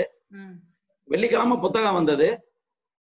சனிக்கிழமை சாயங்காலம் இளையராஜா அலுவலகத்திலிருந்து பேசுறேன்னு சொல்லிட்டு கல்யாணம்ங்கிற ஒருத்தவர் நாளைக்கு காலையில இளையராஜா அவங்கள வர சொன்னாரு, நீங்க அவர் வீட்டுல வந்து 10 மணிக்கு வந்து சந்திக்கிறீங்களா அப்படின்னு கேட்டாரு. எனக்கு கரும்பு தின்னா கூலியா, அவரை பார்க்கணும் ஏங்கிட்டு இருந்த நேரத்துல அவங்க கிட்ட இருந்தே அழைப்பு வருதுன்ட்டு போனேன். போறதுக்கு முன்னாடி எங்க ஆசிரியர்கிட்ட பெர்மிஷன் கேட்டேன். சார், இது மாதிரி இளையராஜா கூப்பிட்டு விட்டுருக்காரு சார், இது மாதிரி அட்டைப்படம் பார்த்தாங்களாம், அது சம்பந்தமா பேசுறதுக்கு கூட இருக்கலாம் சார், என்னை பார்க்கணும்னு சொன்னாராம், பொன்சிங்கிறது நீதானா அப்படின்னு கேட்டு எனக்கு அழைப்பு வந்திருக்கு சார் அப்படின்னு. சரி, ஒண்ணு செய்யுங்க, அந்த அட்டைப்படத்துல வந்த புகைப்படம் எங்க இருக்கு அதை எடுத்துக்கிட்டு வாங்க அப்படின்னாரு. அத அலுவலக கோப்புல இருந்து அதை எடுத்து வந்து சார் கையில கொடுத்துட்டேன். எம்டி பாலசுப்ரமணியன் சார் கையில கொடுத்தேன். அப்ப அவரு இத திரும்பி என்ன எழுதியிருக்குன்னு பாருங்கன்னாரு. அதுல பார்த்தா ராஜாவிடம் திருப்பி கொடுக்க வேண்டிய படம் அப்படின்னு அதுல எழுதி இருந்தது. உடனே சொன்னாரு, 10 வருஷத்துக்கு முன்னாடி இளையராஜாவை பத்தி ஒரு கட்டுரை ஆனந்த விடன்ல எழுதணும். அப்ப ஒரு படம் வேண்டும்னு சொல்லிட்டு இளையராஜாவுக்கு ஒரு கடிதமா கொடுத்தேன். தங்கள் தாயாருடன் தாங்கள் இருக்கும் படம் எங்க ஆனந்த விடனுக்கு வேணும், கொடுத்து உதவுமாறு கேட்டுக்கொள்கிறேன்னு எழுதியிருந்தேன். அதுக்கு அது அப்ப எழுதியிருந்தேன், நீங்க கொடுத்த படத்தை நாங்க உரிய நேரத்துல திருப்பி கொடுத்துறோம்னு எழுதியிருந்தேன். இன்னும் பாருங்க, நம்ம டிபார்ட்மெண்ட்ல இருந்து இன்னும் அவர் கைக்கு இந்த படம் போய் சேரல, அது நம்ம தவறு, என் தவறு அப்படின்னு சொல்லிட்டு உடனே அவர் லெட்டர் டைப் பண்ணார். இது மாதிரி நீங்க 10 வருஷத்துக்கு முன்னாடி உங்ககிட்ட இருந்து வாங்கின படத்தை உங்களுக்கு திருப்பி கொடுத்துறதா வாக்குறுதி கொடுத்துதான் இந்த படத்தை வாங்கியிருந்தேன். இப்பதான் என் கவனத்துக்கு வருது, இன்னும் அது உங்களுக்கு திருப்பி தராம எங்க கையிலேயே இருக்குன்னு இப்பதான் என் கவனத்துக்கு வந்தது. இத்தனை நாள் உங்களுக்கு திருப்பி கொடுக்காம இருந்ததுக்கு நான் வருத்தப்படுகிறேன்னு எங்க ஆசிரியர் பாலசுப்ரமணியன் சார் எழுதி கையெழுத்து போட்டு அந்த லெட்டரையும் சேர்த்து இந்த போட்டோவையும் பின் பண்ணி நாளைக்கு இளையராஜாவை சந்திக்கும் போது கொடுத்துருங்கன்னு சொன்னார். அது மாதிரி மறுநாள் காலையில 10 மணிக்கு டீனர்ல முருகேசன் சாலையில் இருக்க அவர் வீட்டுக்கு போய் சொன்னேன், மாடிக்கு வர சொல்லாரு உங்களை அப்படின்னு சொன்னாங்க. மாடிக்கு போனேன். அவர் மட்டும் தனியா உட்கார்ந்து இருந்தாரு. வாப்பா உட்காருப்பா, எந்த ஊரு, என்ன விஷயம் என்னன்னு கேட்டுட்டு, அந்த அன்னைக்கு ஒரு கோயில்னு நல்லா எழுதியிருக்கீங்க, நிறைய பேர் எனக்கு போன் பண்ணாங்க, அந்த படங்கள் அங்க எடுத்த படங்கள்லாம் வச்சிருக்கீங்களா அப்படின்னு கேட்டாரு. ஐயா நான் எடுத்து வரல, அது எங்க ஆசிரியர் தான் ஒரு புகைப்படமும் லெட்டரும் உங்களுக்கு கொடுத்துருக்காருன்னு சொல்லி அதை கொடுத்தேன். அத படிச்சு பார்த்தாரு. ரொம்ப பெருந்தன்மைக்காரரு, எப்பயோ வாங்கின படத்தை திருப்பி கொடுத்து அனுப்பியிருக்காரு, ரொம்ப கிரேட் மேன் அப்படின்னு சொன்னாரு. சொல்லிட்டு அப்புறம் இது சம்பந்தமா பேசினாரு. என்ன செய்றீங்க, எந்த ஊரு, இது மாதிரி கோயில் கட்டுற விஷயம் உங்களுக்கு யார் சொன்னது அப்படின்னு சொல்லிட்டு மேற்கொண்டு அவங்க அம்மாவை பத்தி நிறைய சொன்னார். அப்ப எனக்கு ரொம்ப பிடிச்சிருந்தது. நானும் கிராமத்துக்காரன், அதே தேனி ஊருங்கிறதுனால நானும் அந்த என்னுடைய கிராமத்து பாஷையிலே தான் அவர்கிட்ட பேசும்போது அந்த கிராமத்து ஸ்லாங் தான் எனக்கும் வரும். அப்புறம் ஒரு அடுத்த வாரமே திரும்ப அலுவலகத்திலிருந்து போன் வந்தது. இளையராஜா சாரோட ஒரு பள்ளிக்கூடம், தாய் தமிழ் பள்ளிக்கூடம்னு ஒண்ணு திறந்து வைக்கிறாரு, நீங்க வந்தீங்கன்னா அது செய்தியா கவர் பண்ணலாம் அப்படின்னு அவங்க அலுவலகத்திலிருந்து வந்தது. இது மாதிரி ஒவ்வொரு விஷயமும் வர அதை பத்தி நான் தொடர்ந்து எழுத ஆரம்பிச்சேன். அப்புறம் திடீர்னு அவரை பார்க்கணும்னு எனக்கா மனசு தோணும். ஏதாவது ஒரு நாள் இளையராஜாவை போய் பார்க்கணும் அப்படின்னு நினைச்சா மனசுக்கு ஒரு மாதிரி இருந்ததுன்னா நேரம் அங்கேயே போயிடுவேன். அவர் ஒன்னும் சொல்ல மாட்டாரு, அவர் எதுவும் பேச மாட்டார். நானா போய் ஒரு வாரத்துல உட்காந்துக்குவேன். எல்லாம் அது பாட்டா நடந்துகிட்டு இருக்க, வேடிக்கை பார்ப்பேன், அவரை கும்பிட்டுட்டு வந்துடுவேன். இப்படியே இருந்தேன். அப்புறம் ஒரு நாள் இடையில அவரை பத்தி செய்திகள் ஏதாவது இருந்தா எழுதிக்கிட்டு இருப்பான், பேட்டி, என்னுடைய புகைப்படங்கள் மூலமா அவங்க குடும்ப புகைப்படம் எடுத்து, யாருமே அவர் குடும்ப புகைப்படத்தோட அவரு பேட்டி கொடுத்ததே இல்லை. அதுக்கு முன்னாடி மொத்த குடும்பத்தையும், இளையராஜா, அவருடைய மனைவி ஜீவா அம்மா, கார்த்திக் ராஜா, பவதாரணி, யுவன் சங்கர் ராஜா, அத்தனை பேரையும் ஒரே இடத்துல உட்கார வச்சு போட்டோ எடுத்து அது ஆனந்தவுடன்லாம் அட்டைப்படமா கவர் பண்ணி எழுதணும். அதுக்கு பிறகு கொஞ்ச நாள் கழிச்சு திடீர்னு அவர்கிட்ட இருந்து ஒரு போன் வந்தது. வீட்டுக்கு வா அப்படின்னாரு. ஒரு சனிக்கிழமை, நாளைக்கு வீட்டுக்கு வாப்பா அப்படின்னாரு. சரின்ட்டு மறுநாள் வீட்டுக்கு போனேன். சாயங்காலம், சனிக்கிழமை சாயங்காலம் வீட்டுக்கு போனேன். போன உடனே பைக்கை உள்ள நிறுத்து அப்படின்னாரு. கார் வெளியே நின்றுட்டு இருந்தது. ஏறுப்பா அப்படின்னாரு. கார்ல ஏறுனா அந்த உதவியாளர் கல்யாணம்னு ஒருத்தர் இருந்தாரு, இவர் இருக்காரு, டிரைவரு நானு. வண்டியை விடுனாரு. வண்டி போய்கிட்டே இருக்கு. எங்க போறோம்னு எனக்கு தெரியல. சென்னை ஏர்போர்ட்டுக்கு போயிடுச்சு. ஏர்போர்ட்ல இறங்குறோம். நானே நினைச்சுக்கிட்டேன், சரி எங்கேயோ டெல்லியோ எங்கேயோ போறாரு, வழி அனுப்புறதுக்காக நம்மளை கூப்பிட்டு இருக்காங்க போல் இருக்குன்ட்டு போனேன். உக்காந்துக்கிட்டே இருக்கும்போது ஒருத்தர் சார் இந்தாங்க சார், கையில டிக்கெட்டை வச்சுக்கோங்க அப்படின்னு சொல்லிட்டு எங்க 2 பேருக்கு தனியா டிக்கெட் கொடுத்தாங்க. அப்பதான் கல்யாணம் கிட்ட கேக்குறேன், என்ன சார் டிக்கெட்டு சார் மட்டும் தானே போறாருன்னு. இல்ல நீங்களும் தான் வர்றாரு, உங்களுக்கு தெரியாதா அப்படின்னாரு. சார் எனக்கு தெரியாது, எங்க போறோம்னு எனக்கு தெரியாது அப்படின்னு. சரி சரி வாங்க அப்படின்னு போனா பிளைட்ல உட்காந்துட்டோம். பிளைட் திருவனந்தபுரம் போகுது. திருவனந்தபுரம் போய் இறங்கினோடனே அங்க ஒரு விடுதி, அங்க அவருக்கு ஒரு ரூம் இருந்தது, எங்களுக்கு தனி ரூம் இருந்தது. நான் அப்ப போனேன். அப்ப அண்ணா நான் கேமரா பேக் மட்டும் தான் எடுத்து வந்திருக்கேன், சட்டை துணிமணி எதுவுமே எடுத்து வரல. இது மாதிரி நீங்க திருவனந்தபுரத்துக்கு கூப்பிட்டு வந்திருப்பீங்கன்னு எனக்கு தெரியாது, ஏதோ ஏர்போர்ட்டுக்கு வழி அனுப்ப போறோம் அப்படின்னு நினைச்சுதான் நான் இருந்தேன். இவ்வளவு தூரம் கூப்பிட்டு வருவீங்கன்னு எனக்கு தெரியாதுண்ணா அப்படின்னு. உடனே கதவு தட்டுற சத்தம் கேட்டுச்சு. உள்ள வர்ற ஆளுகிட்ட 2 பேண்ட் 2 சட்டை இருந்தது. உனக்கு தாப்பா எடுத்துக்கப்பா அப்படின்னாரு. நான் வாங்கி பார்த்துட்டு நின்றுகிட்டு இருந்தேன். அப்ப சொன்னாரு, நம்ம ஐயப்பன் கோயிலுக்கு போறோம் அப்படின்னாரு. அப்ப சொன்னேன், அண்ணா உங்க கூட நானு கோயிலுக்கே போறதில்ல, இசையே தெய்வம்னு நினைச்சுக்கிட்டு இருக்காளு. ஆனா இப்ப திடீர்னு கூப்பிட்டது, உங்க கூட வர்றதுக்கு நிறைய பேர் காத்துக்கிட்டு இருக்காங்க. இது மாதிரி கோயிலுக்கு போறதுக்கு உங்க கூட வர்றதுக்கு நிறைய பேர் காத்துக்கிட்டு இருக்கப்ப நீங்க என்னைய கூப்பிட்டு வந்திருக்கீங்களே அப்படின்னு, அதுக்கு தான்ப்பா உன்னைய கூப்பிட்டேன், வா போவோம்னு சொல்லிட்டு உடனே அடுத்த கார் ஏற்பாடானது. நேரா ஐயப்பன் கோயிலுக்கு போனோம். போகும்போது அது ஒரு இருட்டு நேரம். அவர் அடையாளம் தெரியாம இருக்கிறதுக்காக தலையில இப்படி உருமா கட்டிக்கிட்டாரு, வெள்ளை துண்டு கட்டிக்கிட்டாரு, வேட்டியை மடிச்சு கட்டிக்கிட்டாரு. நடந்து போறோம், யாருக்குமே அடையாளம் தெரியல இருட்டுல. மேல போன பிறகு அங்க இருந்த அங்க இருக்கிற அந்த இவங்க புரிஞ்சுக்கிட்டாங்க. புரிஞ்சுக்கிட்டு உடனே புஷ்பாஞ்சலி நிகழ்ச்சி அது. தன் பையன் கார்த்திக் ராஜாவுக்கு திருமண ஏற்பாடுக்காக புஷ்பாஞ்சலி நிகழ்ச்சி நடத்தணும்னு வேண்டிக்கிட்டு இருப்பார் போல் இருக்கு. அதை என்கிட்ட சொன்னார். அதுக்காக தான் வந்திருக்கோம் அப்படின்னாரு. நான் அதை பூரா ரொம்ப ரசிச்சு பார்த்துக்கிட்டு இருந்தேன். தரிசனம் முடிஞ்சது. அவரும் நானும் இருந்து ஐயப்பன் கோயில்ல தரிசனம் முடிச்சுட்டு திரும்ப இறங்கும் போது ஒரு கடையில தோசை சாப்பிட்டு போவோம் அப்படின்னாரு. இருட்டுலதான் இறங்குறோம். அதே மாதிரி வேட்டியை மடிச்சுக்கிட்டு இருக்காரு, உருமா கட்டிட்டு வர்றாரு. என் கையில கேமரா இருக்கு. போறது வரைக்கும் எனக்கு போட்டோ எடுக்கணும்னு தோணல. அவரும் போட்டோ எடுங்கன்னு சொல்லல, அவரும் போட்டோவுக்கு போஸ்ட் கொடுக்கல, நானும் கேமரா வெளியவே எடுக்கல. திருப்பி வரும்போதுதான் எனக்கே ஞாபகம் வந்தது, இந்த தலையில உருமா கட்டிருக்காரு, வேட்டியை மடிச்சு கட்டிருக்கா, இப்படி ஒரு போட்டோ எடுத்தாங்க. நான் கொஞ்சம் அவரை விட கொஞ்சம் முன்னுக்கு சீக்கிரம் வந்து கேமரா ரெடி பண்ணி பளிச்சுன்னு படம் எடுக்கும் போது அந்த போயிட்டு வர்ற அந்த ஐயப்ப பக்தர்கள் 2-3 பேர் அவர் அடையாளம் பார்த்துட்டு அப்படின்னு அவரை பார்த்து நின்றுட்டாங்க அப்படியே. அப்ப நான் ஒரு கிளிக் பண்ணேன். அந்த புகைப்படம் எல்லாம் சேர்த்து ரெடி பண்ணிட்டு அப்புறம் ஒரு கடையில தோசை சாப்பிட்டோம்.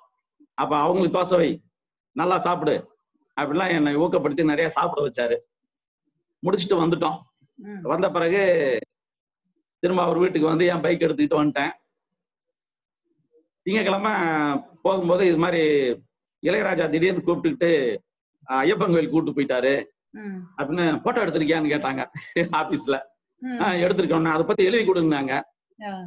ஐயோ, அவரை கேட்டுட்டு தான் எழுதணும், அவர் பர்சனலா எல்லாம் கூப்பிட்டாரு அப்படின்னா உடனே அவருக்கு போன் பண்ணேன். அப்பா எழுதுறதுக்காக உன்னைய கூப்பிட்டேன் அப்படின்னு. இல்லைண்ணே, ஒரு நல்ல அனுபவம், நல்ல புகைப்படங்கள் இருக்கு, நான் எழுதிக்கிறேன் அப்படின்னு. என்னமோ செய்ப்போ அப்படின்ட்டாரு. அப்புறம் அது ஒரு பக்கம் விகடன்ல எழுதினேன், அந்த புகைப்படம் போட்டு ஒரு பக்கம் எழுதினேன். இப்படி பல சந்தர்ப்பங்கள்ல அவரை சந்திக்கும் போது நான் ஒரு பாடல் எழுதணும்னோ, நான் எழுதின பாட்டு அந்த சினிமால வரணும்னு ஆசைப்பட்டு அவர்கிட்ட போகவே இல்லை. ஏதோ எங்க குடும்பத்துல, எங்க பொதுவா அப்படிதான், தமிழ்நாட்டுல ஒவ்வொரு குடும்பத்திலையும் ரேஷன் கார்டுல பெயர் இல்லாத குடும்ப உறுப்பினர் இளையராஜா. நம்ம ரேஷன் கார்டுல அவர் பெயர் இல்ல, ஆனா நம்ம குடும்ப உறுப்பினர் அவரு. அந்த மாதிரி ஒருத்தரா தான் அந்த மாதிரி அவருடைய பாடல்கள்,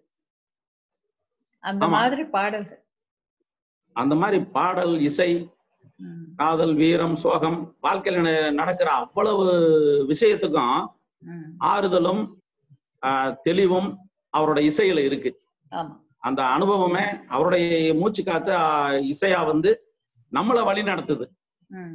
நம்மளுடைய தோல்விகள், ஏமாற்றங்கள், நம்மளோட வீரமான உணர்வுகள், காதல் உணர்வுகள் எல்லாத்துக்குமே அது மருந்தா இருக்கு, வழி நடத்தவும் செய்யுது. அப்படித்தான் அந்த ஒரு இணக்கம். அவர்கிட்ட யாரும் நெருங்க முடியாது. நானே இருக்கேன்னா நானும் அவரை நெருங்க முடியாது. ஏன்னா அவரே அவர் வாழ்க்கையில ஒரு தாமரை இலை தண்ணீர் போலதான் இருக்கார். ஒரு தனிப்பட்ட ஒரு உலகத்துல இருக்கிற மாதிரி இருப்பார். அவர் சொல்லப்போனா அவர் தனி உலகம் தான் சொல்லணும். அவர் மனசுக்கு அவர் வாழ்க்கை வாழ்றாரு. நாம் வந்து அவர்கிட்ட கேட்டு தெரிஞ்சுக்கிறதுக்கோ இல்ல அவர் வாழ்க்கையை நம்ம படிச்சுக்க வேண்டியதுதான். அவரோட இசை வந்து நம்மளை வழி நடத்தும், அவ்வளவுதான். நிச்சயமா. ஆஸ்திரேலியா வந்திருந்தாரு, மெல்பர்ன் வந்திருந்தாரு. அப்பவும் நாங்க போனோம், அவருடைய மியூசிக் அந்த ஷோவுக்கு நாங்க போனோம். அப்புறம் வந்து பெர்த்துக்கு வந்திருந்தாரு. இப்ப நாங்க இருக்கிற இடத்துக்கு பெர்த்துக்கு வந்திருந்தாரு. அப்ப பெர்த்துக்கு வந்தப்ப அவரை போய் சந்திக்கிற ஒரு வாய்ப்பு எனக்கு கிடைச்சது. என்ன ஒரு டின்னர் ஒண்ணு இருந்தது. அந்த டின்னருக்கு போறப்ப நான் என்ன பண்ணேன்னா சார், ஒரு கேக் பண்ணி அதுல அவருடைய படத்தை வரைஞ்சு அவருடைய படத்தை அந்த கேக்ல வரைஞ்சு அவருக்கு கொண்டு போய் ஒரு கிஃப்டா கொடுத்தேன். அவர் பார்த்து அவருக்கு இது என்னன்னு புரியல முதல்ல பார்த்த உடனே. அப்ப நான் சொன்னேன், இது கேக் தான், சாப்பிடலாம் சொல்லி. அப்ப சாப்பிட்டாரா இல்லையான்னு எனக்கு தெரியல. பட் அது அவருக்கு அந்த கொடுத்தோம்ன்ற ஒரு மன திருப்தி எனக்கு. அதான் உங்க அன்பை வெளிப்படுத்திட்டீங்க. ஆமா ஆமா ஆமா ஆமா, நிச்சயமா நிச்சயமா.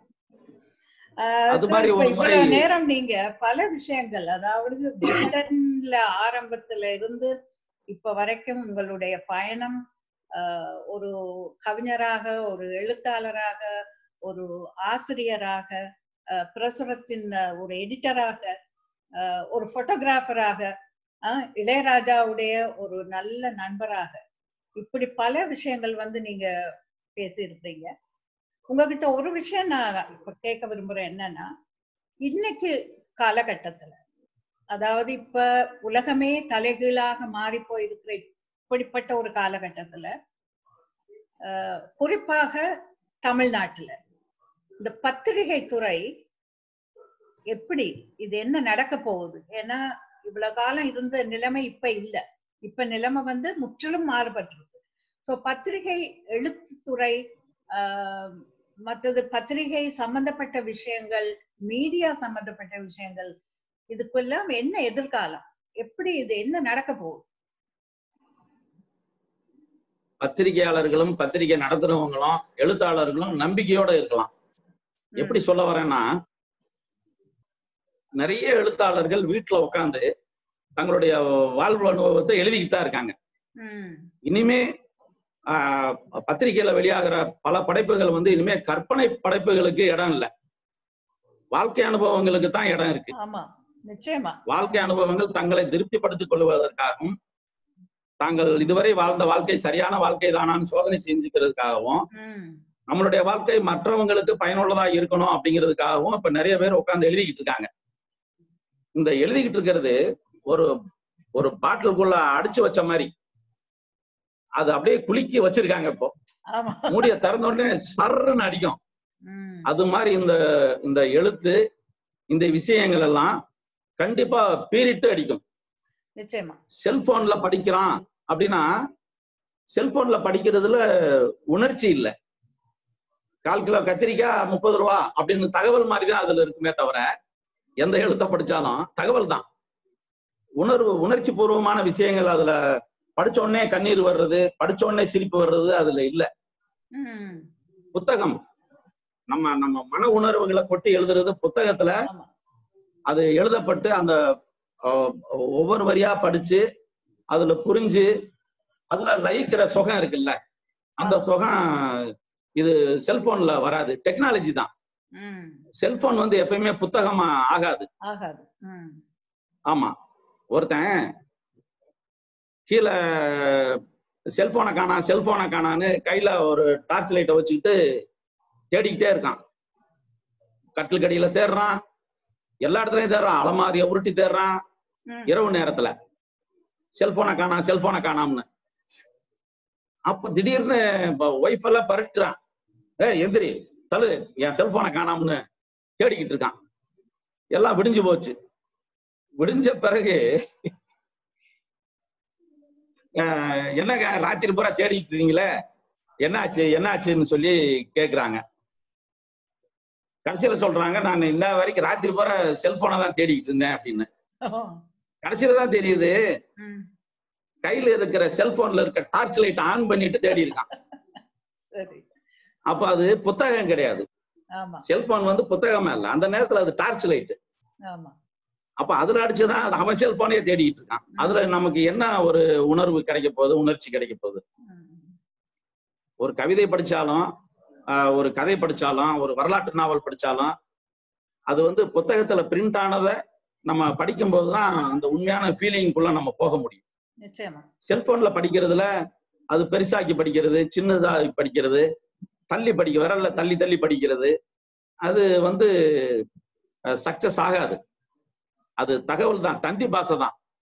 Start immediately. ஏன்னா ஒரு நூல் இப்ப வந்து சில படங்கள் சில கதைகளை வந்து திரைப்படமாக்குறாங்க சரியா. ஒரு எழுத்தாளர் வந்து அவருடைய உணர்ச்சிகளை கொட்டி எழுதிய ஒரு நூல் திரைப்படமாக்கப்படும் போது அந்த உணர்வுகள் எவ்வளவோ மாற்றப்படும். அதுல அந்த உணர்வை இதுல நாங்க எங்களால பார்க்க முடியாது. இப்ப நான் அண்மையில பார்த்தேன், கல்கியுடைய ஒரு கதை படமாக்கப்பட்டிருக்கு. நான் சொல்லிடுறேன், பார்த்திபன் கனவு. பார்த்திபன் கனவை வந்து புத்தகமா படிக்கிறப்ப இருக்கிற அந்த சந்தோஷம், மன திருப்தி எல்லாம் அந்த சினிமாவை பாக்குறப்ப இல்ல. ஆனா அதுல நல்ல நல்ல பெரிய பெரிய ஸ்டார்ஸ் எல்லாம் நடிச்சிருக்கிறாங்க. அது இல்லைன்னு நான் சொல்லல, எல்லாம் நல்லா நடிக்கிறாங்க, எல்லாம் நல்லா. ஆனால் அந்த கதையை கொண்டு போன விதமோ, கதை அமைப்போ, இல்ல நான் அதை தொடுத்த விதமோ, இசைய வந்து சரியான முறையில அவங்க அதுல தர இல்லைன்ற சில விஷயங்களோ, இப்படி பல விஷயங்களை நாங்க கண்டுபிடிக்கலாம், சரியாக அமையாத விஷயங்கள். அப்போ ஒரு நூல் நாங்க படிக்கும் போது அந்த நூல் வந்து எங்களுடைய கற்பனையோட சேர்ந்து போயிட்டு இருக்கு இல்லையா, ஒரு புத்தகம் வாசிக்கிறப்ப. ஆனா இது திரைப்படம் வந்து அப்படி இல்லை. அப்படி சில படங்கள் வந்து அந்த நூலில் இருக்கிற அந்த ஒரு புனிதத்தன்மை சினிமால இல்லாம போயிடும் இல்லையா. அத போலதான் நீங்க சொல்ற செல்போன். ஆமா, எல்லாமே செல்போன்ல இருக்குன்றாங்க, எல்லாமே செல்போன்ல இருக்குன்னு சொல்றாங்க. மேடை பேச்சு வேற, நாடகங்க வேற, புத்தகம்ங்கிறது வேற, சினிமாங்கிறது வேற, வீட்டுல டிவி பாக்குறதுங்கிறது வேற. இப்போ சினிமா அதோட அடுத்த வடிவமா வீட்டுக்குள்ள நுழைஞ்சிருச்சு. சினிமா தியேட்டர்ல கூட இனிமே கூட்டம் குறைஞ்சிரும். ஏன்னா எல்லாரும் வீட்டுக்குள்ளேயும் ஸ்கிரீன் இருக்கு, டிவி ஸ்கிரீன் இருக்கிறதுனால அதுலயே நாடகம் சினிமா எல்லாமே பாத்துக்குவாங்க. ஆனா புத்தகம் பிரிண்ட் பண்றது, புத்தகம் வாசிக்கிறது, இது இனிமே இருக்க கூடுமே தவிர இனிமே குறைவதற்கு வாய்ப்பு கிடையாது. சரி, நீங்க சொல்றது சரி. என்னப்ப நானும் எத்தனையோ பேரோட என்னோட நல்ல பழகுறவங்களோட நான் பேசிட்டு இருக்கிறப்போ அவங்க எல்லாம் என்ன சொல்றாங்க, இவங்க எல்லாம் எழுதக்கூடியவங்க. சோ அவங்க என்ன சொல்றாங்க, இது மாதிரி ஒரு வாய்ப்பு எங்களுக்கு கிடைக்கல இவ்வளவு நாளும். ஏன்னா இவ்வளவு நேரம் நம்ம கையில இருக்கு, இவ்வளவு வாய்ப்பு இருக்கிற சமயத்துல நாங்க வந்து நிறைய எழுதுறோம்னு தான் அவங்க சொல்றாங்க. அது மட்டும் இல்லை, நம்மளுடைய வாழ்வு அனுபவத்தை நாமளே புத்தகமா உருவாக்கி பிரிண்ட் போட்டு விற்கிற காலமும் வரும். இன்னொரு பத்திரிகையில தான் எழுதணும்னு கூட இல்லை. ஆமா, நம் புத்தகத்தை நாமளே போட வேண்டிய சூழ்நிலை வரும், நாமளே சொந்தமா பதிப்பகம் நடத்துற சூழ்நிலை வரும், நம்ம புத்தகத்தை நாமளே விற்கிற சூழ்நிலையும் வரும். ஏன்னா அவ்வளவு விஷயங்கள் நிறைய பேர் அனுபவசாலிகளா இருக்காங்க. ஓகே, ரொம்ப ரொம்ப சந்தோஷம் சார், ரொம்ப நன்றி. இவ்வளவு நேரம் உங்க கூட உரையாடினதுல எனக்கு ரொம்பவே சந்தோஷம். உங்களுடைய நீங்க புதிய தொழில் ஒண்ணு ஆரம்பிச்சிருக்கிறீங்கன்னு நான் நினைக்கிறேன். உங்களுடைய வீடியோ தொழில் ஒண்ணு, அது வந்து உங்களுக்கு நல்ல ஒரு முன்னேற்றத்தையும் அது நிறைய நீங்க பல வெற்றிகளையும் நீங்க காணணும்னு நாங்க வாழ்த்துறோம். இந்த சாந்தா ஸ்டேபிள் சந்திப்போமா நிகழ்ச்சியில நீங்க உங்களுடைய நேரத்தை ஒதுக்கி எங்களுக்காக இந்த நேர்காணலை கொடுத்ததுக்கு ரொம்ப நன்றி. இது வரைக்கும் என்னுடைய மன உணர்வுகளை வெளிப்படுத்தணும்னு நினைச்சுக்கிட்டு இருந்தேன். இப்படி ஒரு வாய்ப்பு கொடுத்த உங்களுக்கும் சாந்தா ஸ்டேபிள்ங்கிற நிறுவனத்துக்கும் என்னுடைய நன்றியை சொல்லிக் கொள்கிறேன். மிக்க நன்றி. வணக்கம், நன்றி. நன்றி.